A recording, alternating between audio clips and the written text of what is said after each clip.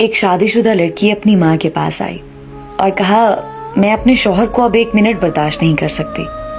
रोज रोज के झगड़ों से मैं तंग आ गई हूँ। मेरा दिल करता है उसे मार दूं, लेकिन कानून से डर लगता है कि मेरी भी जिंदगी बर्बाद हो जाएगी। माँ ने कहा, ये कोई ऐसा मसला नहीं है, मैं तुम्हें एक जहर देती हूँ। ये आहिस्ता आहिस्ता काम करता है। रोजाना इसे थोड़ा थोड़ा खाने में देना, बस खाना लजीज बनाना कि उसे शक ना हो। लड़की खुश हो गई।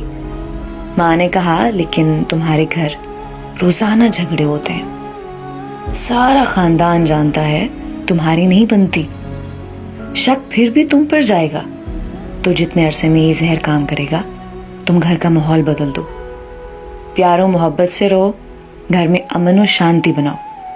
बेचारा कुछ अरसे का मेहमान है, उस पर शक ना करो, बेजा फरमाइशें ना करो, खुद को बना संवार कर रखो, मीठी जुबान इस्तेमाल करो, ताकि ना शौहर को ना उसके खानदान को बाद में शक हो कि उसकी मौत की जिम्मेदार तुम हो। लड़की ने कहा, हाँ, कुछ अरसे के लिए मैं ये कर लूंगी। वो जहर की पुड़िया ले गई। महीने बाद वो आई और माँ से कहा, उस जहर का कोई तोड़ है? माँ ने कहा, क्यों?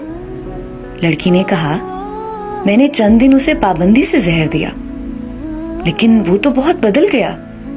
मेरा इतना ख्याल रखता है, मुझे इतनी मोहब्बत उसने दी कि मैं शर्मिंदा हो गई हूँ कि ये मैं क्या करने जा रही हूँ। माँ, मैं उसे चंद दिन जहर दे चुकी हूँ, अब क्या होगा? माँ ने कहा, कुछ नहीं होगा। वो हाजमे का चूरन था, उसकी जिंदगी में जहर तो तुम थी।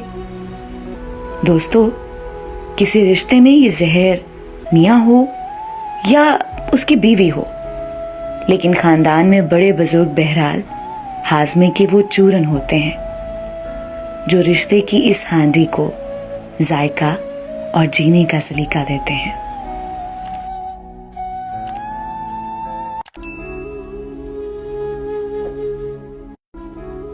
एक शादीशुदा लड़की अपनी माँ के पास आई और कहा, मैं अपने शौहर को अब 1 मिनट बर्दाश्त नहीं कर सकती। रोज रोज के झगड़ों से मैं तंग आ गई हूँ। मेरा दिल करता है उसे मार दूं, लेकिन कानून से डर लगता है कि मेरी भी जिंदगी बर्बाद हो जाएगी।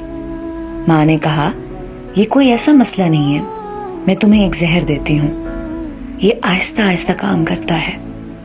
रोजाना इसे थोड़ा थोड़ा खाने में देना, बस खाना लजीज बनाना कि उसे शक ना हो। लड़की खुश हो गई।